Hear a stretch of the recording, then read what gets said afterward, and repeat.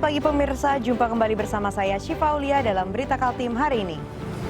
Sejumlah berita penting telah kami siapkan untuk Anda dan berikut diantaranya. Mantan Ketua Desain Besar Olahraga Nasional atau DBON Zairin Zain diperiksa Kejati atas kasus dugaan korupsi dana hibah DBON sebesar 100 miliar rupiah.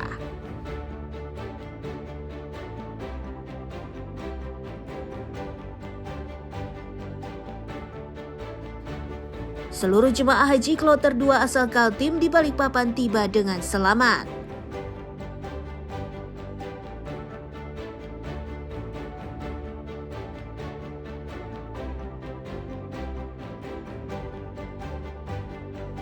Sejumlah lansia di Desa Punan Gong Solok Malinau ini tetap produktif dengan membuat sejumlah kerajinan tangan berbahan dasar rotan.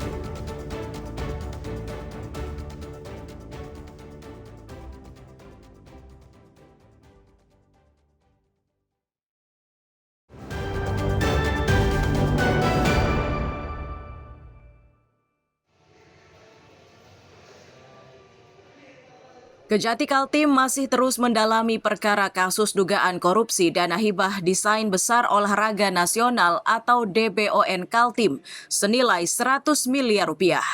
Kali ini mereka memanggil Zairin Zain, Ketua DBON tahun 2023. Usai dimintai keterangan, Zairin mengaku mendapatkan banyak pertanyaan. Bahkan proses penyelidikan terhadap dirinya itu berlangsung selama 5 jam. Materi-materi yang dipertanyakan seputar pemanfaatan dana tersebut.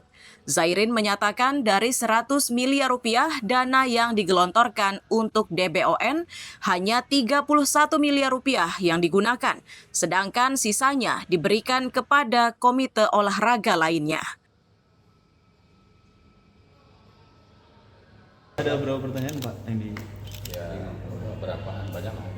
Oh iya. Terutama terkait dengan penggunaan dana. Oh sih. Tapi ya komite-komite kan udah tahu semua, udah ada dipanggil semua.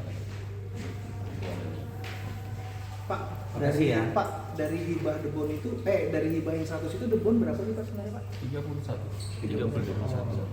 Yang lainnya komite-komite. Hanya komite. Ini. Chris, Siap. berapa lama di ruang Pak?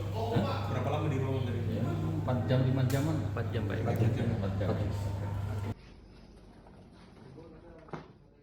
Beberapa waktu sebelumnya, tim penyidik tindak pidana khusus Kejati Kaltim telah menggeledah kantor Dinas Pemuda dan Olahraga di areal Kompleks Stadion Kadri Uning. Dari penggeledahan itu, penyidik telah menyita sejumlah dokumen dan alat elektronik yang kini dijadikan sebagai barang bukti. Amir Hamzah dan Iswanto melaporkan dari Samarinda.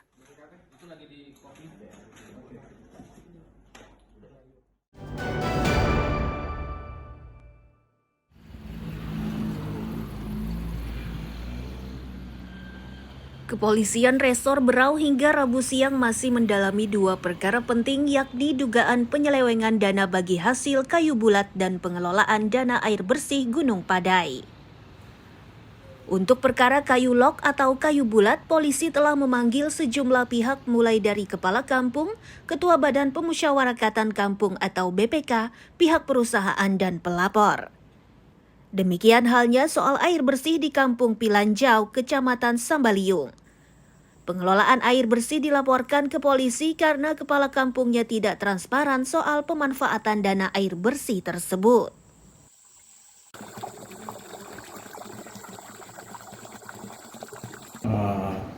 Kasus masih didalami dan sudah diperiksa beberapa orang, yaitu seperti kepala kampung, kakam, dan BPK, terus dari pihak perusahaan.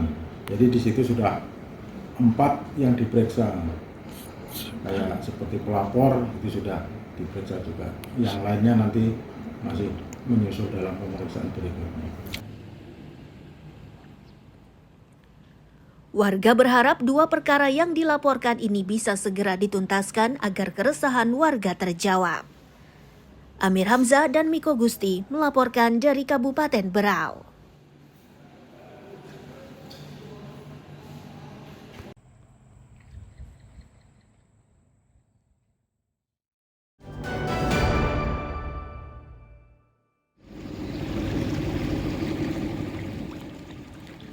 Pencarian jasad Ayong warga Kasai Pulau Derawan Berau yang diserang buaya dihentikan.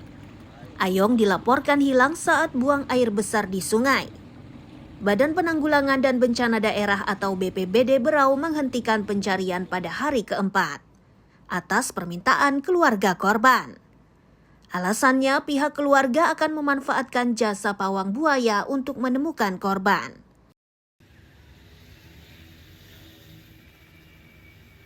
Pencarian hari keempat pada hari Rabu saat ini tim mendapatkan baju pakaian sekitar 25 meter dari TKP korban diterkam buaya, di mana baju tersebut sudah robek-robek.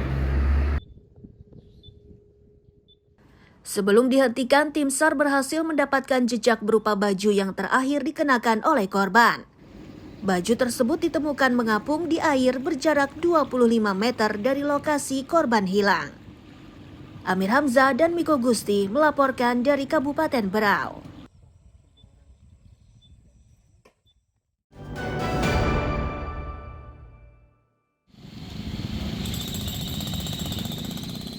Petugas PDAM Rabu siang tengah berupaya memperbaiki pipa PDAM yang pecah di area proyek drainase Jalan Wahid Hashim 2, Sempaja Utara, Samarinda.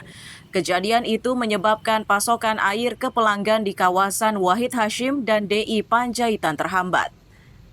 Staf distribusi wilayah Samarinda Utara menyatakan pipa yang pecah memiliki diameter 250 mm dan tergolong pipa sekunder.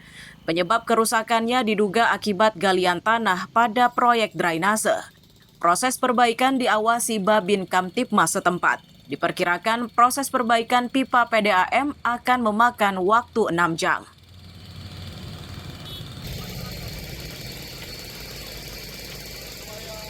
Kurang lebih 5-6 jam ya? Karena kita nggak tahu secara teknis bagaimana perkiraan terjadi, karena takut ada terkendala longsor atau aliran air yang belum mati kan. Nah ini dampaknya kemana warga mana bang biasanya bang? Untuk pelayanan aliran distribusinya untuk sebagian wilayah Wahid Hashim 2 dan sebagian jalan Samarinda. Artinya dalam 6 jam itu diperkirakan akan selesai bang ya?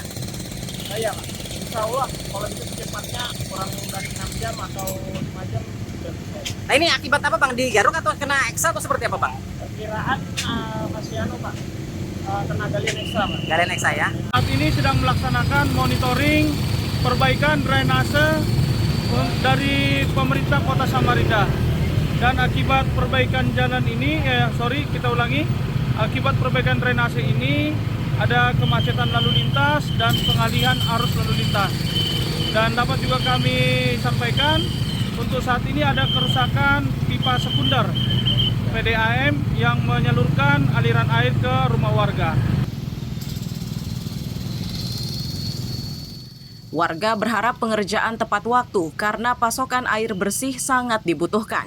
Mereka pun meminta aliran PDAM bisa lebih kencang agar tidak mengganggu aktivitas warga. Amir Hamzah dan Iswanto melaporkan dari Samarinda.